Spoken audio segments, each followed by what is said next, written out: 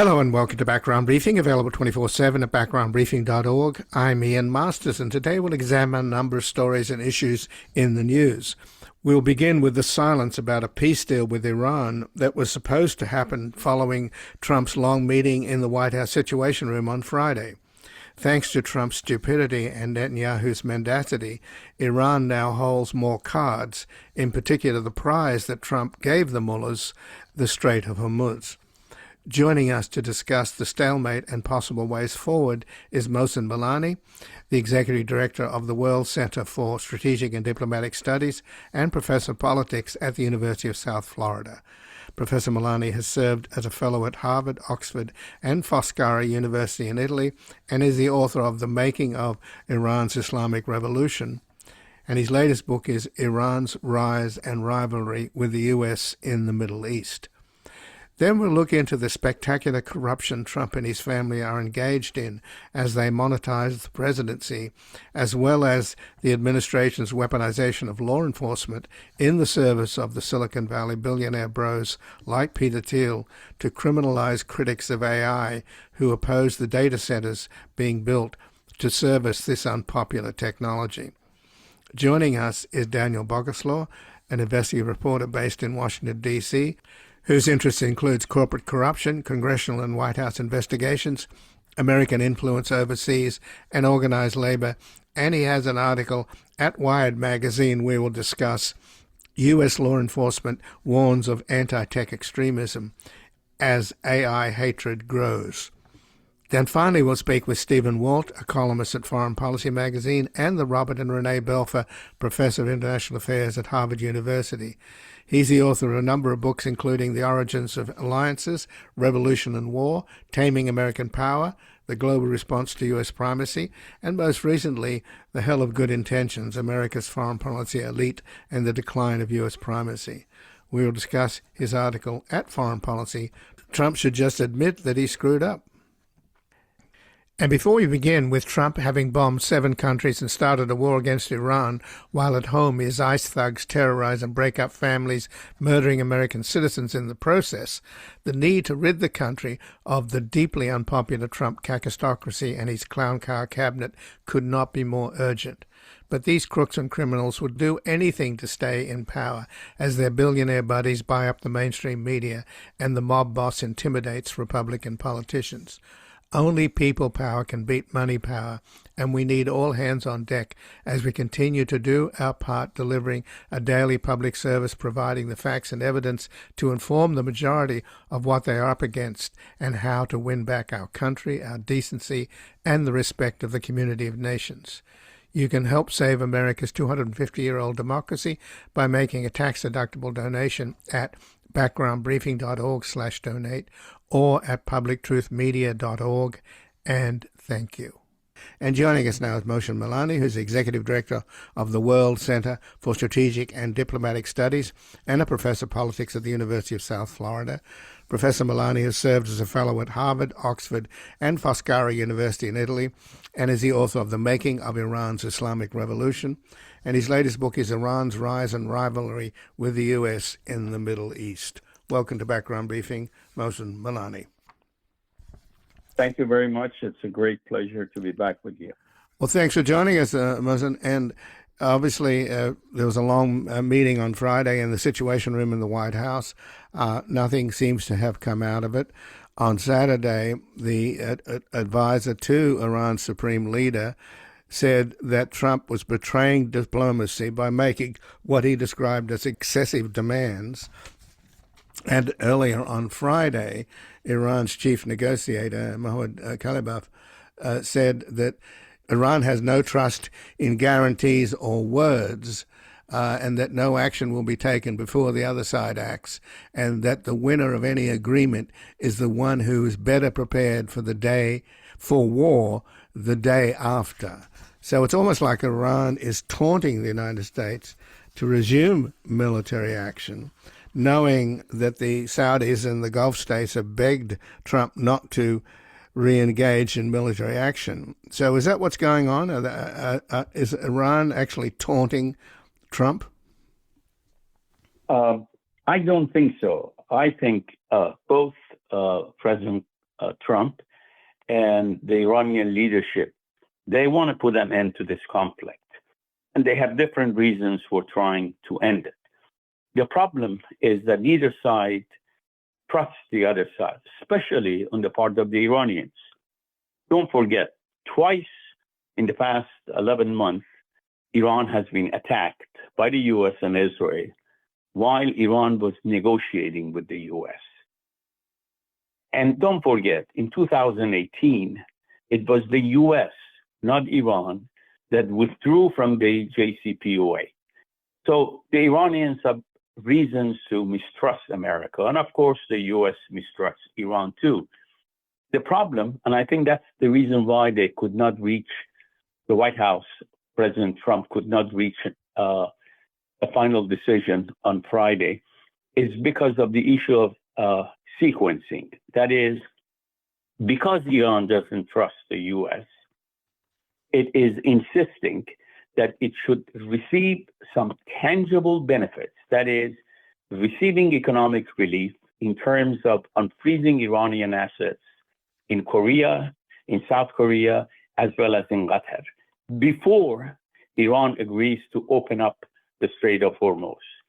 They think that in the 2015 JCPOA, Iran made a huge strategic mistake by agreeing to dismantle some of its nuclear infrastructure before receiving any economic relief.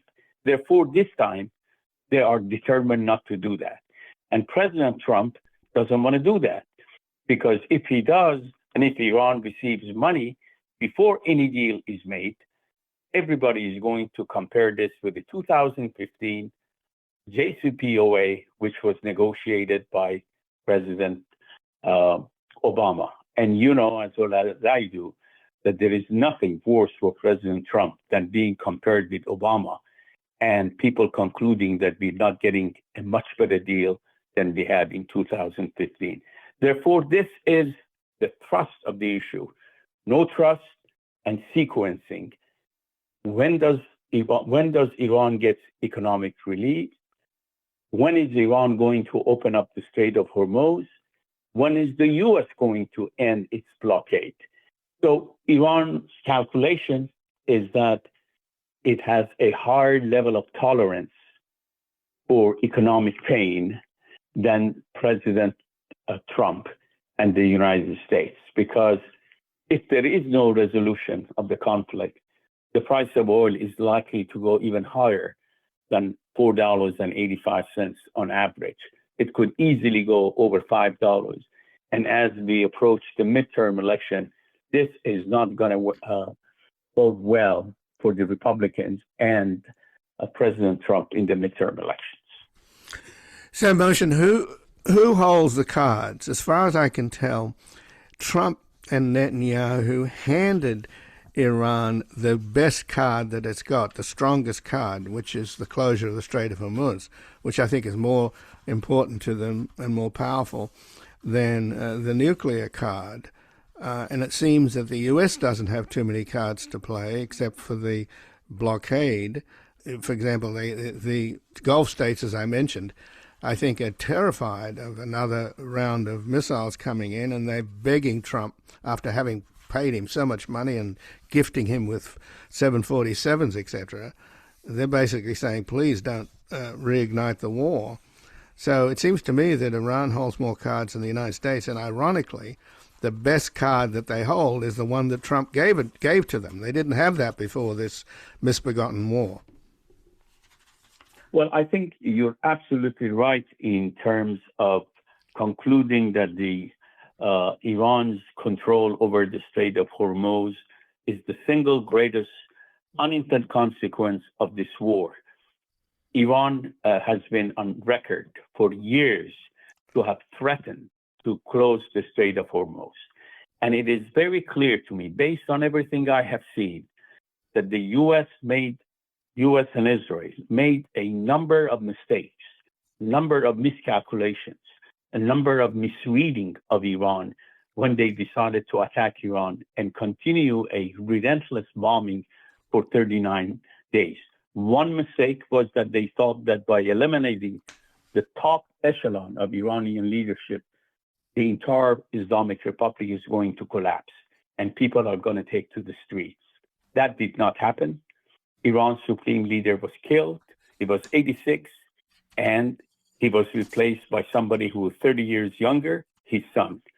And today, if you look at the Islamic Republic, you see that the new generation of leaders that have taken place, the old generations, are much more radical than the previous one. And most importantly, I think the United States did not think Iran is going to attack the Persian Gulf countries, that Iran does not have the guts to attack American bases in the region. And most importantly, their calculation was that because Iran is so dependent on exports of oil, there is no way they're going to weaponize the Strait of Hormuz. On all these accounts, they made a mistake. But today, as we are speaking, I am not very sure if I would agree that the U.S. doesn't have many cards. Well, the most important card the U.S. has is that they can resume bombarding Iran and destroy what is left of the Iranian economic and military infrastructure. Iran doesn't want that. Another card they have is the blockade of the Strait of Hormuz. Iran is in deep economic crisis, and the estimate by Iranian economists is that Iranian GNP is going to shrink by 10% in the coming year. That means in addition to millions of people who are unemployed, you can add another 2 or 3 million people to unemployed list. And the people who are poor, the number is going to increase. Therefore, both countries have some cards, but your overall conclusion, I agree. The greatest surprise of this war is the Strait of Hormuz, and it seems to me that the Iranians have concluded that what they have in the Strait of Hormuz, that is weaponizing geography, is much more powerful, is much more powerful than any missiles they have, and they are not going to give it away. Now, let me make one final point, which I think is the key to everything that I have said so far. Iran has essentially two leverages. One is the Strait of Hormuz, and the other one is that enriched uranium at 60% uranium. They have about 500 pounds, 500 kilos, I think, of enriched 60% uranium. What Trump is trying to do is get both of them at the same time. And what the Iranians have learned from the JCPOA, it's not going to work that way.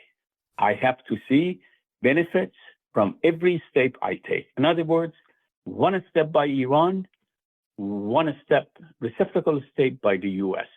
Then we go to the next step. So what the Iranians are demanding now is that you're willing to open partial opening of the Strait of Hormuz in return of removal of the Iranian blockade. And then once we have that, once we have a 60-day ceasefire, extended ceasefire, then we can begin to talk about other points, including Iranian enriched uranium. President Trump claimed that Iran has agreed to allow the US to go inside Iran and have access to that enriched uranium. The Iranians have, top leadership in Iran has claimed that this is not right. Iran has made no such agreement with the US. So the US wants to get both of those leveraged at the same time. And the Iranians are saying, they ain't gonna happen again. First time, shame on me, shame on you. Second time, shame on me. I'm not going to agree to give away my leverages unless for every step I take, you take a reciprocal step. Well, it's pretty clear that Trump is desperate. And I think in terms of the art of the deal, the worst thing in the world is to be desperate. But I've also, Mohsen, heard from intelligence sources that Qatar and Bahrain are paying bribes to Iran not to be struck by missiles and drones, and states that haven't paid bribes, like Kuwait, that was just struck, a U.S. base was struck, and apparently there are some U.S. casualties as well. And of course, the UAE gets struck on a regular basis because it's tied to Israel. Have you heard anything along those lines? No, what I have heard is that the new organization that they have set up at the Hormuz Strait for controlling the traffic there, the countries that are willing to pay Iran for maintenance or all kinds of stuff, they're allowed to go through the strait. Now, some people might consider this bribe. Iranians claim that this is what they deserve to get. It is no different than when the Egyptians charge for maintenance and other fees for going through the Suez Canal. But I haven't heard anything about bribes. So if you have heard it from intelligence sources, I haven't. So I can't make any comment on that. But in general, the fact that Netanyahu seems to be upset about this deal, and apparently there was a contentious phone call with Trump sometime earlier last week. That's at least, there have been reports about that. And we know that the Iranians are tying the deal to Israel ceasing its military activities in Lebanon. And in fact, Israel is increasing its bombardment of Lebanon and encroaching deeper into Lebanon. They've had to evacuate the city of Tyre, and they're also striking in Beirut itself. So what's your sense of the possibility of Israel as a spoiler? Well, I think one area where they can act as a spoiler is Lebanon. The Iranians insist that for any kind of agreement for extension of ceasefire, Lebanon should be included. And the Israelis probably, if they decide to act as a spoiler, they can continue attacking Hezbollah there. But for the Israelis, it seems to me the key issue is that at least a portion of the governing elites in Israel believe that if we continue putting economic pressure on Iran, they could actually overthrow the Islamic Republic. There is a major story in one of the credible Israeli newspapers about the role of the Israeli Mossad in getting information from Iran, of having operatives inside Iran. It's a fascinating story, but at the end of the story, it quotes one of the high-ranking members of Mossad for saying that if we continue this economic pressure on Iran, if we don't reach an agreement in Iran, there is a chance that the Islamic Republic could be overthrown by the end of this year. Frankly, as someone, when we discussed that the last time you and I talked, as someone who wrote a piece 2 weeks before the first attack on Iran in June of 2025, exactly 11 months ago, I wrote a piece in Foreign Policy, and I argued that attacking Iran is going to backfire. I argued that attacking Iran is going to prompt the Iranians to attack American bases in the Persian Gulf. I argued that Iran is going to close the Strait of Hormuz. I went that far, and I said, don't take the path of war. Diplomacy is the only language. I haven't changed my view today. Even if we continue putting economic pressure on Iran, it's going to make the lives of ordinary Iranians miserable, more miserable, but it will not lead to the collapse of the Islamic Republic. The Islamic Republic has survived 11 months of war, and economic factors will not cause the collapse of the Islamic Republic. That's where the Israelis and the Americans have different views, because the Israelis still, especially Netanyahu and his people, they still believe that they can finish the job. And don't forget, there is going to be election in Israel in a few months, I guess either in September or October this month. And more Israelis are questioning the wisdom of what Mr. Netanyahu has been doing in Iran. So that's where the Israelis and their supporters in this country are trying to make sure that Trump does not reach an agreement. because their thinking is that if we give economic relief to Iran, this is going to solidify the Islamic Republic. And the Islamic Republic, the top leadership, right or wrong, the Islamic Republic believe that they have won the war and they have the major cards in this game and they're not in a rush. That is the exact opposite of what Mr. Trump is saying. Trump is saying Iran has lost, they have no cards, and the Iranians are saying the U.S. has lost, it has no cards in the Persian Gulf. Well, just in closing, Mohsen, it was David Barnea, the head of Mossad, along with Netanyahu, that did the PowerPoint in the Situation Room in the White House that sold Trump on this ridiculous war. So Mossad, his reputation as a great intelligence agency has been somewhat tarnished.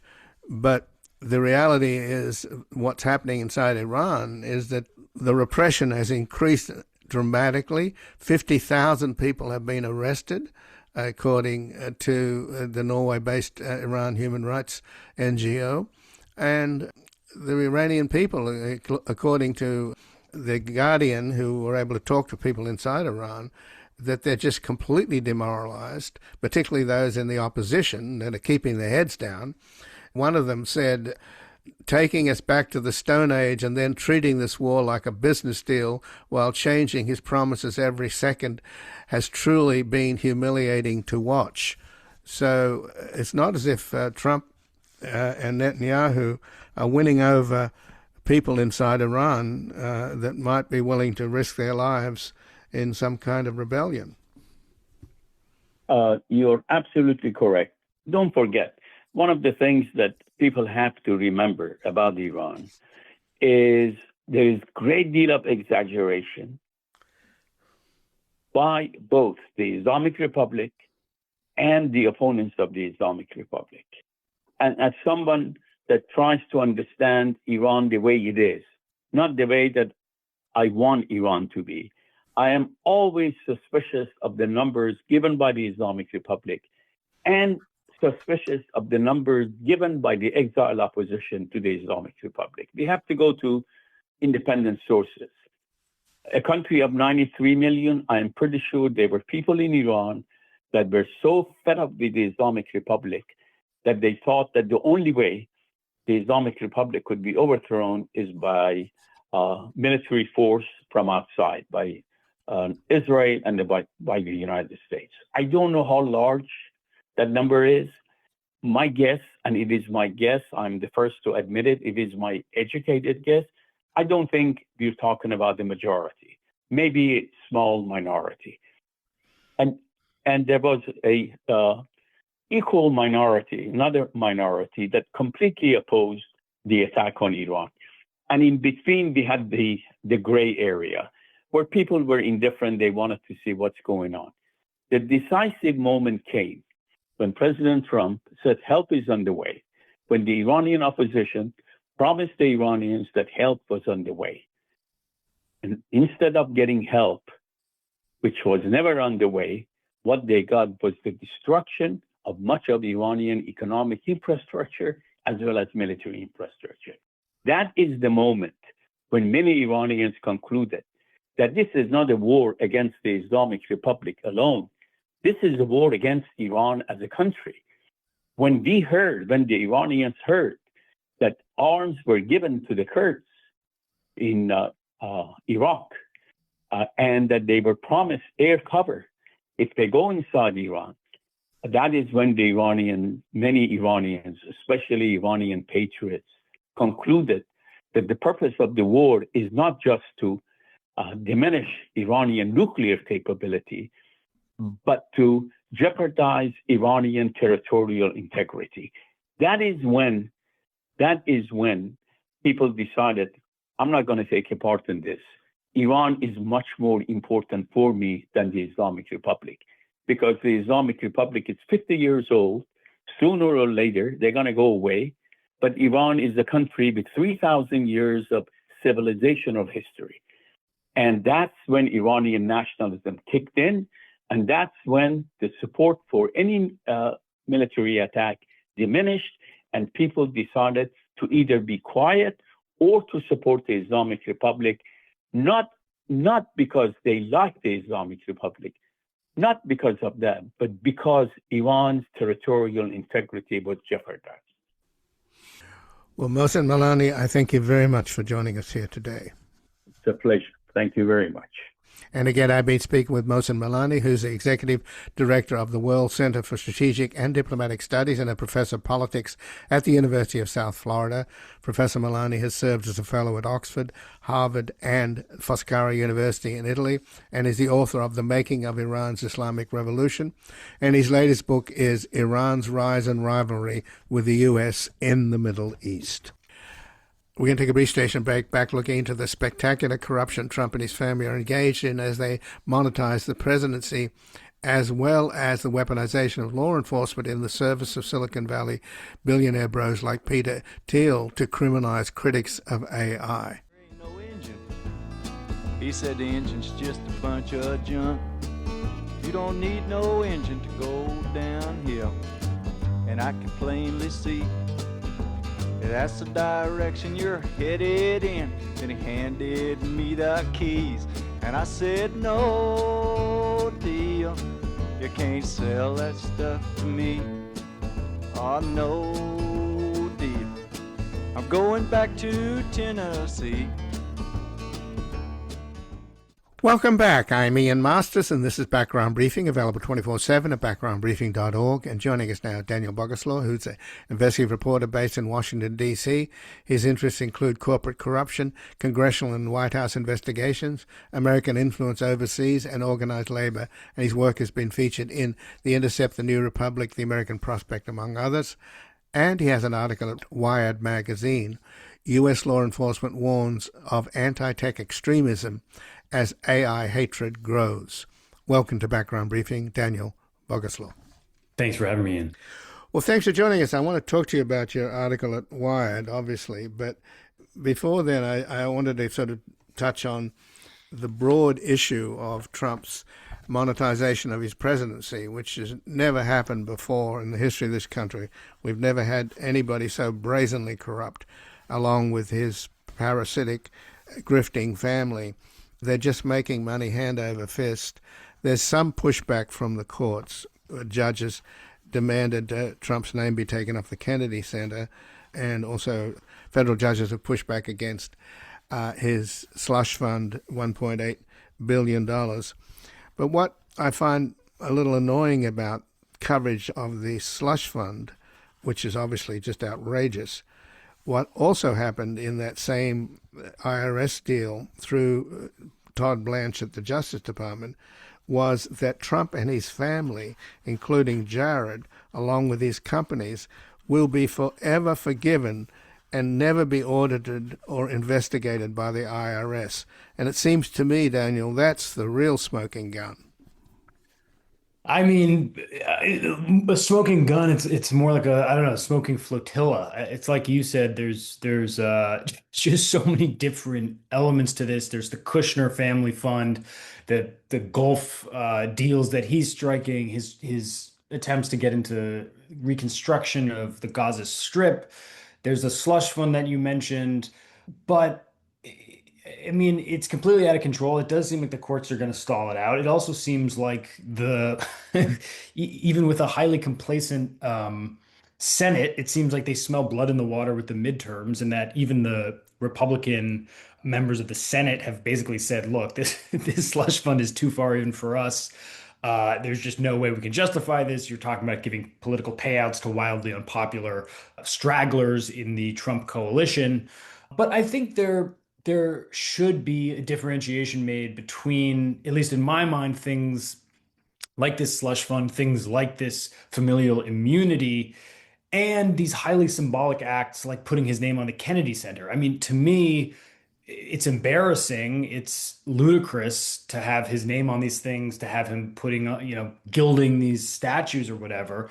But to me, that those things kind of pale in comparison and are more flesh wounds to the larger widespread issue of corruption. The fact that, he's selling pardons, he's enriching, his closest associates with federal contracts. I mean, those are real problems. Those are, corrupt acts that certain people like influencers Mike Cernovich have even said, part of this MAGA right wing sort of influencer media ecosystem have said this is a bridge too far. So I just think we have to differentiate between the hard corruption, the lasting corruption, and these sort of high visibility but ultimately non-effectual things like his name on this building or his new, wing of the White House or whatever.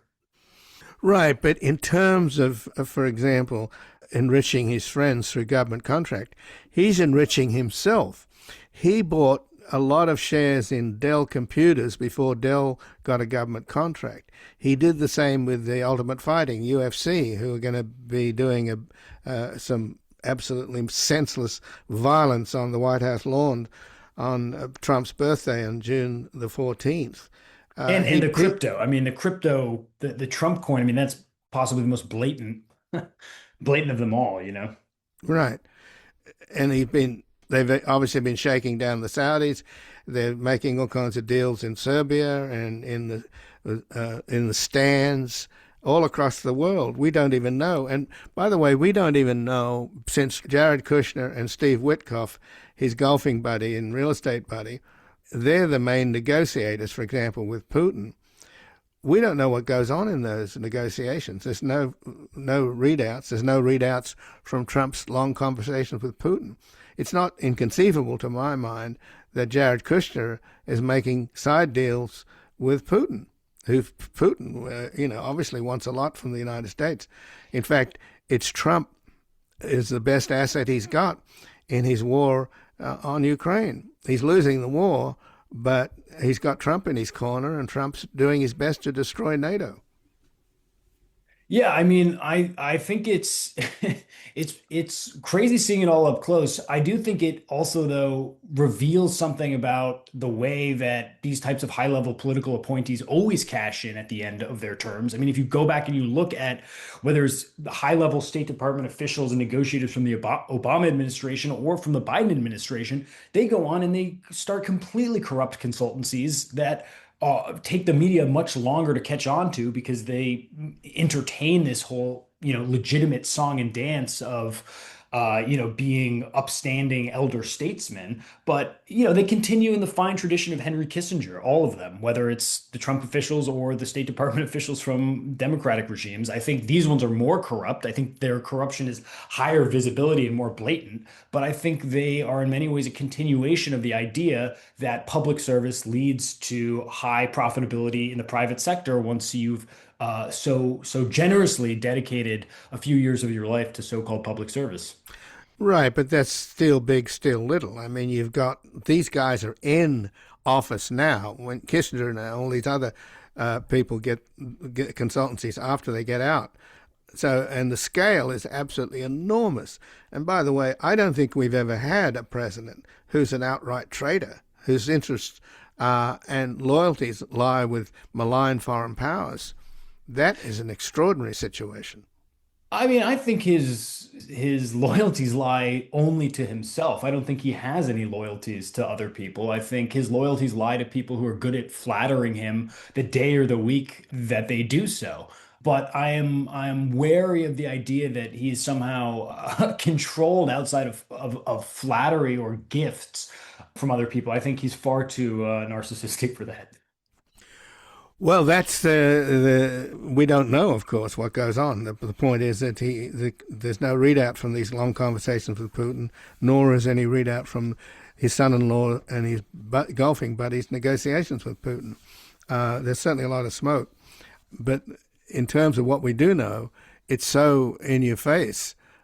And I'm interested also in talking about your article, Daniel, at Wired magazine. U.S. law enforcement warns of anti-tech extremism as AI hatred grows. While this amazingly corrupt government loots the country and Trump monetizes the presidency, in his clever Orwellian way, his vice president is out there leading the charge against democratic corruption. So that's how they roll. But you point out that Donald Trump's National Security Presidential Memo 7, which instructed the Department of Justice to target anyone holding anti-American, anti-Christian, and anti-capitalist beliefs, that came out earlier. Trump's counterterrorism czar, Sebastian Gorka, who was a dyed-in-the-wool fascist, he released a public counterterrorism strategy doctrine claiming that left-wing extremists, domestic left-wing extremists, are one of the top 3 counterterrorism priorities facing the United States. So that's what they do. They cloud and distract and disguise their corruption by trying to point to others, and now they're using national security as a club to go after domestic enemies as opposed to foreign enemies, because Kash Patel has closed down most of the counterterrorism and the counterintelligence against Russia, for example.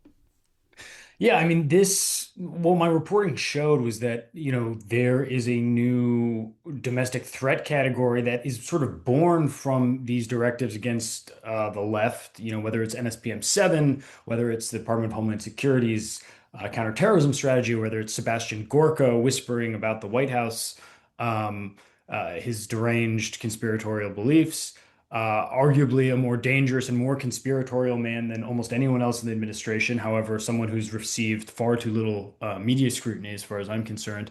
But what this reporting showed is that there's a new threat category. And what's interesting about this is that while these directives have very explicitly targeted so-called left-wing extremism, what my reporting showed is that there's a new threat category that actually targets a much broader swath of the American public, and they're calling it anti-tech extremism. They're creating a threat designation for people who are critical and organizing against both AI and the data centers that power AI.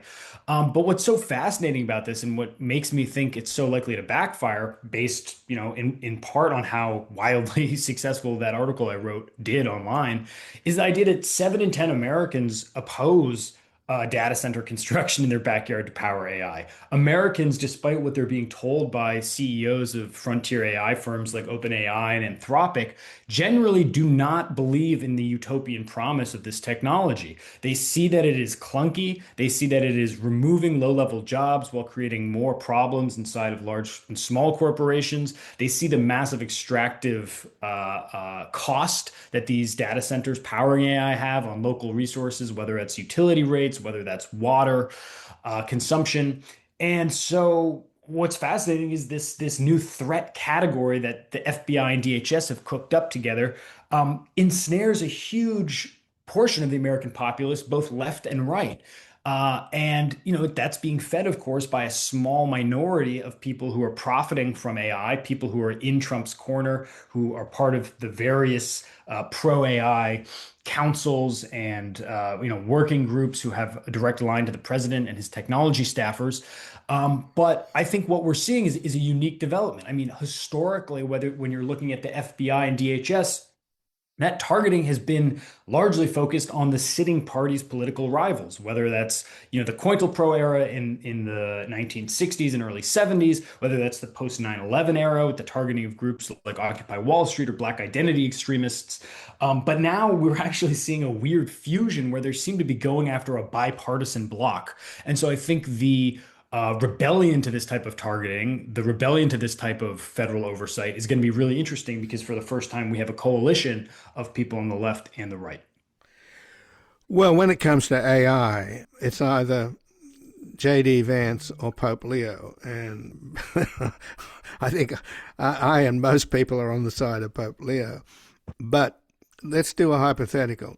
Does this mean, Daniel, that citizens in small-town red states who oppose data centers being built, which a lot of them are being built in small-town red states, because they take up all of the electricity and all of the water and promise employment, etc. And so those people, many of whom are Republicans or vote Republicans, they're on the anti-terrorism targets list? Well, this is a potentiality. I mean, there's been very strange things happening. I'm not sure how much you followed the coverage of city council meetings around approval for parts of the permitting process for these data centers. But people will get up and try to speak to oppose, different city council votes, and they'll go 5 or 10 seconds over the line and they'll get snatched by the police and dragged out of the meetings. And whether it's actually being placed on a domestic watch list or whether it's being kind of watched by the local police who are getting these threat briefings from DHS, from the fusion centers that liaison between local and state police and the feds, there's a pervasive sense of paranoia that these citizens expressing their constitutional rights are now a threat. And, when you're a police chief and you're reading these threat reports coming down from the federal government, warning of anti-technology extremists, all of a sudden, those local and state police start approaching the people they're supposed to protect as though they are threats to their community. So it doesn't necessarily have to be watch listing. It doesn't necessarily have to be black bagging and extrajudicial kidnapping or whatever. It can be a more low grade simmering targeting and chilling of dissent. So is that to say then that DHS is essentially waltzing to the tune set by Peter Thiel with his rantings about the Antichrist? Because what he's basically saying is that if you oppose AI and regulation of AI, you're working for the devil. And we know that his protege is the vice president, for God's sake. So is this trickling down from Silicon Valley? The billionaire bros, their horrible worldview is now being weaponized? Absolutely, and you can see it more clearly than the example you gave with Peter Thiel in the comments made just last week by Kevin O'Leary, Mr. Wonderful, who's trying to construct a multi-billion-dollar data center in Utah. He came out and he directly created a Red Scare line claiming that suburban women protesting his data center construction are Chinese CCP agents who are trying to undermine US AI hegemony. And not only did he say that publicly, he also said that he had hired private intelligence analysts to track them down, confirm their relationship with the CCP, and pass that information to the FBI. So, one thing that people really don't understand is that these corporations have direct lines into federal intelligence agencies. There's numerous information sharing partnerships, whether that's InfraGard, whether that's DSAC, whether that's the conferences between federal law enforcement and AI companies, tech companies, large U.S. corporations. So yes, absolutely, these companies are able to directly inject their narrative to federal law enforcement, while everyday working people who are trying to make do with the world that these AI companies have created are left to their own recourse. So essentially what's happening then is that DHS and Trump and Vance and Gorka are blowing up and creating this specter of a world being taken over by Ted Kaczynski and the Unabomber and the guy that shot the CEO of United Healthcare, that this is a vast conspiracy against American capitalism, and it has to be stamped out, and it's on the march. In other words, it's a latest version of the Red Scare. Well, yes, these people view the American citizen, the average working class, middle class American citizen, as the enemy. Anyone who opposes their ideology of total tech hegemony becomes the ultimate enemy for them. They believe that they are uniquely formed, whether it's genetically, intellectually, to rule and govern over other people in direct opposition to our Constitution and the values of our democracy. And the natural following from that is the criminalization of people who stand up for their rights and stand up against the world that these people want to create. And despite all their efforts, despite all their money, despite all their power, despite all their comments, despite all their control of the US media, I think people are demonstrating that when they come together and they unite in these city councils, that they actually have more power than these guys, and they have the power to shut down their data centers, and they have the power to turn the lights off. So I think while these people are hegemonic and while they are mentally insane, it's also important to recognize the incredible power and resilience that people have shown in the face of this, using their local democratic instruments to try to cripple the technology that they find abhorrent. Well, Daniel Boguslaw, I thank you very much for joining us here today. Thanks for having me, Ian. And again, I've been speaking with Daniel Boguslaw, who's an investigative reporter based in Washington, D.C. His interests include corporate corruption, congressional and White House investigations, American influence overseas, and organized labor, and his work is featured in The Intercept, The New Republic, The American Prospect, among others. And he has an article at Wired magazine, U.S. Law Enforcement Warns of Anti-Tech Extremism as AI Hatred Grows. We're going to go B-station break back discussing the possibility that Trump should just admit he screwed up. Those evil-natured robots, they're programmed to destroy us. She's gotta be strong to fight them, so she's taking lots of vitamins, 'cause she knows that it'd be tragic if those evil robots win. I know she can beat them. Oh, yeah, she may. They don't believe me, but you won't let those robots defeat me. Yeah, she may.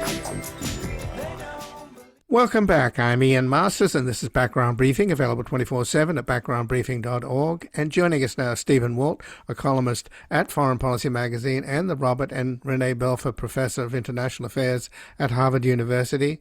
He's the author of a number of books, including The Origins of Alliances, Revolution and War, Taming American Power, The Global Response to U.S. Primacy, and most recently, The Hell of Good Intentions, America's Foreign Policy Elite and the Decline of U.S. Primacy. And he has an article in Foreign Policy, Trump should just admit he screwed up. Welcome to Background Briefing, Stephen Walt.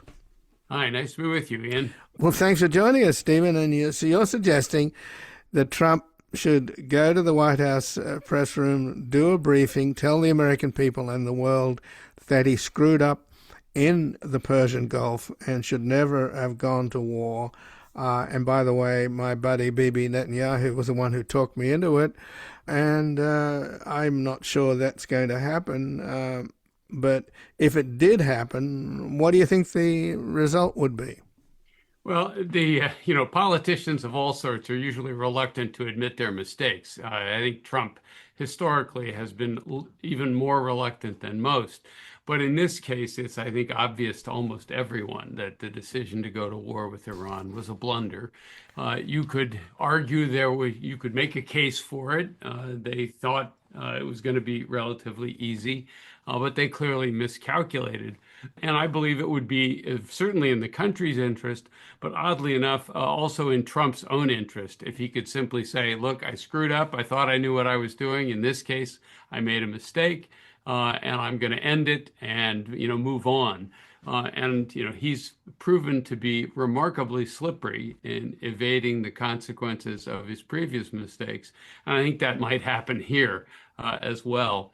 And it would certainly, leave him better off, leave the country better off, probably leave the Republican Party better off.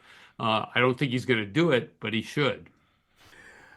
Well, but maybe it's working for him. Maybe it's not a mistake if you take the position that Trump's priority is to stay out of jail, not to be impeached, and to make sure that the Epstein's files remain buried.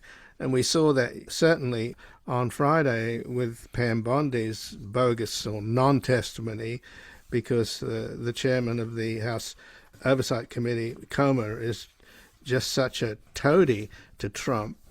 And we know that Kash Patel scrubbed the files. We know that 3 million have never been released, and looks like his acting attorney general will never release them. And that the little brief war, the wag the dog war against Venezuela, took that story off the headlines, and this war in the Gulf has taken that story off the headline and bought more time for Trump.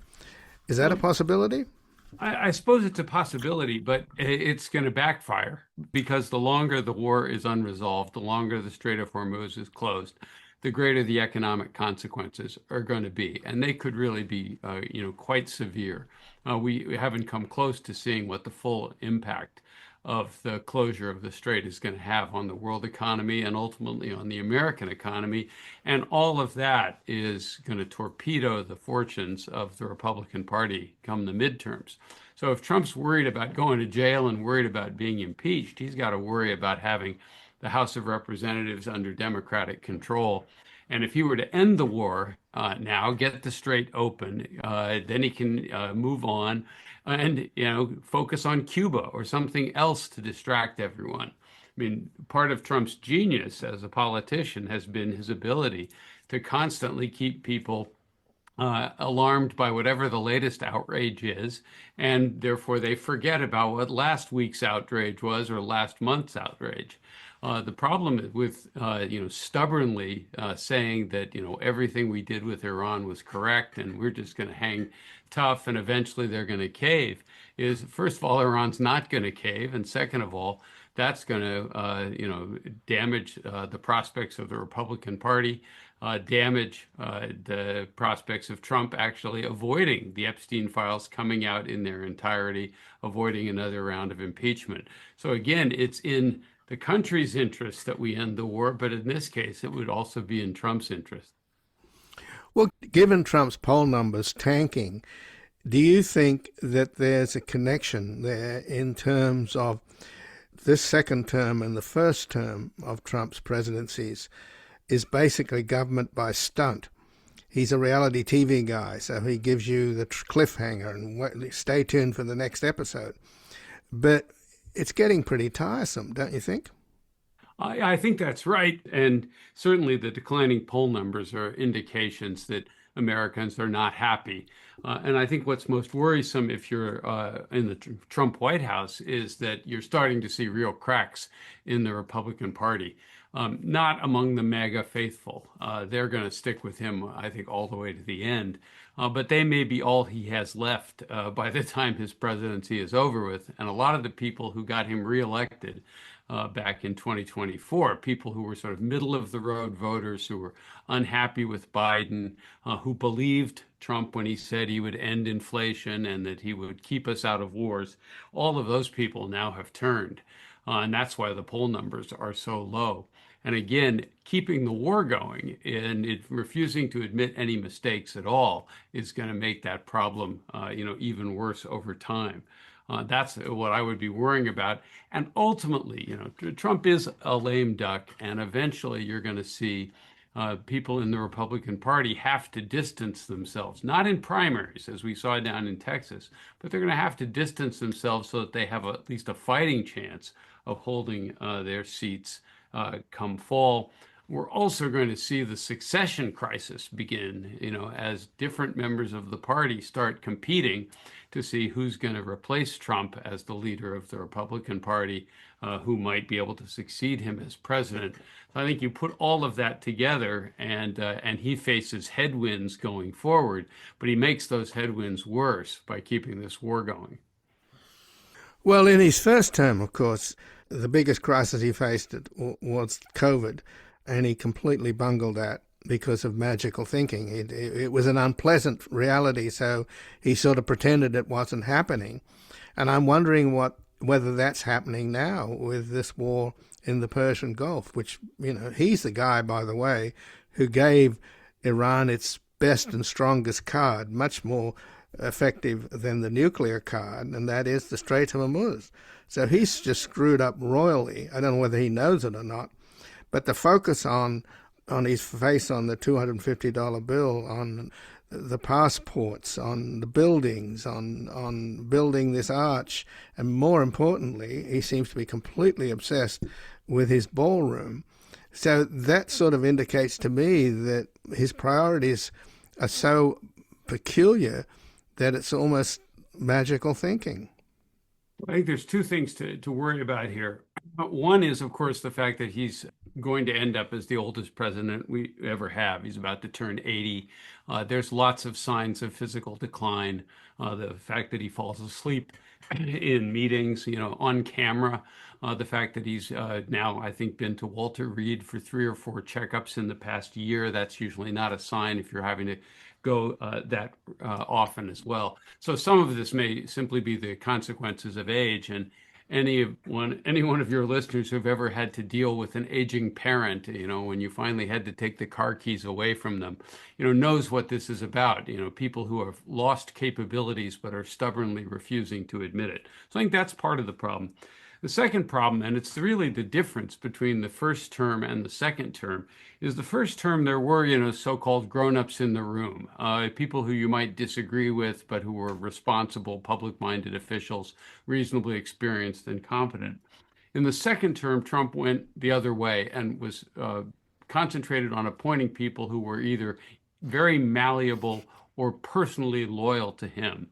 And I think what you worry about here is that he's actually not getting accurate information, that he's being told what people like Pete Hegseth and others want him to hear, and that therefore he may not realize just how limited his options are with respect to Iran at this point.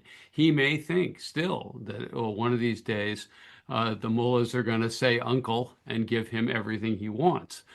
So, the combination of the two, a declining president who's not as sharp as he used to be, and second, a coterie of loyal insiders who are feeding him information and catering to his whims, like the ballroom, like the other things you mentioned, is not a recipe for competent leadership. It's not a recipe for being able to get yourself out of the hole that he has dug for himself. So if they're just sort of amusing grandpa while Rome burns, that's not a particularly good scenario. And also, when you mention his health, he just came back from Walter Reed. The White House said on Saturday that he's in great health, but he could lose a little weight. Good luck with getting him on an exercise machine or an exercise regime. What do you think? Well, yeah, he's not going to change his behavior substantially at this point. I mean, I think you have to take the assurances about his health with many grains of salt. I mean, this has not been a particularly honest president and not been a particularly honest administration. I would expect them to say that he's, fit as a fiddle, but the evidence we all see, I think, suggests otherwise. Even if you compare, he was never all that robust in the first term, but if you compare film clips from back then with the film clips we see today, it's obvious that there's real decline, and that's not at all surprising. He's almost 80 years old and has not been, shall we say, a physical fitness freak in previous decades anyway, so it's entirely predictable that he would be in a state of decline at this point.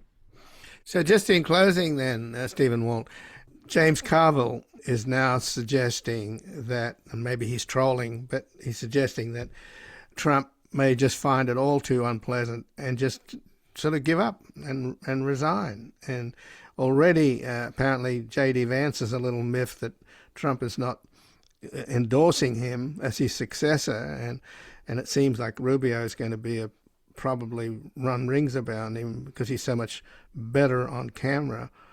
So there's a bit of a contrast there. On the one hand, the notion that he could possibly quit, but on the other hand, it does seem that with the ballroom and his face on everything, and the extent to which the family are grifting and monetizing the presidency, it's as though they want to live on forever. And we're going to have Don Jr. as the successor, or Jared. So which of those two scenarios, if any, makes sense to you? Yeah, I think the likelihood that Trump voluntarily quits is roughly zero. Carville may have been trolling him, as you say. This is a guy who famously doesn't ever want to surrender, doesn't want to ever give up. He's not going to leave the presidency voluntarily. I think it's much more likely that he wants to use the last 2 or 3 years to try and consolidate the claims to greatness, get his name on as many things, get his people to, put, as you say, put his face on the $250 bill and make as much money for the family as possible. I think that's going to be the main agenda here. And then finally, I'd just be skeptical about trying to predict who the successor is going to be within the Republican Party. We're never very good at knowing who the inside candidates are, and we're constantly being surprised, whether it's Barack Obama, getting elected in 2008, or Trump himself getting elected in 2016. So you can put together a list of names, Rubio and others, but it could be someone that you haven't even heard of yet or that you haven't thought very much about. And that's the genius of a primary system, that really sorts out which politicians or which candidates are, appealing in the moment. I think given how badly the administration is screwing up, whoever the Republican candidate is in the next election is going to have an uphill fight. And Trump is not likely to do very much to help them between now and then. Well, just in closing, that sure applies to the Democrats too. Somebody better come out of somewhere. No, that's right. And that's, again, in primaries, you wouldn't have predicted Jimmy Carter back in the early 1970s that he was going to be the next president as well. So, we're often surprised by which candidates turn out to have the magic at a particular time and place. And it's still, I think, some distance away for us to be able to forecast accurately. Well, Stephen, Walt, I thank you very much for joining us here today. My pleasure. And again, I've been speaking with Stephen Walt, who's a columnist at Foreign Policy magazine, and the Robert and Renee Belfer Professor of International Affairs at Harvard University. He's the author of a number of books, including The Origins of Alliances, Revolution and War, Taming American Power, The Global Response to U.S. Primacy, and most recently, The Hell of Good Intentions, America's Foreign Policy Elite and the Decline of U.S. Primacy. And he has an article at Foreign Policy, Trump Should Just Admit He Screwed Up. And this has been Background Briefing. I'm Ian Masters, and I'd like to thank producers Graham Fitzgibbon and Asher Price. And if you've missed any of today's program and would like to explore our vast archives, you can visit us at backgroundbriefing.org, where we'll include extended interviews searchable by topic and have made it easy for you to sign up for the daily email updates that provide links to resources, articles, and books discussed on the program. Also, you can find links there to subscribe wherever you get your podcasts, and we highly encourage your ratings and reviews on these platforms. And you can find us on Twitter, Blue Sky, and Facebook at Ian Masters Media, and our new social media managers, Evan and Luke Susswood, are also posting highlights from the show on YouTube, TikTok, and Instagram at Ian Masters Media. So please do help us reach more listeners by sharing this program with friends, family, and colleagues. And to help us sustain this program into the future and assure it remains free to all, please take a moment to support us by going to backgroundbriefing.org/donate, where your tax-deductible donations, large and small, keep us broadcasting. And I'll be back again tomorrow with another Background Briefing at backgroundbriefing.org. Bye for now.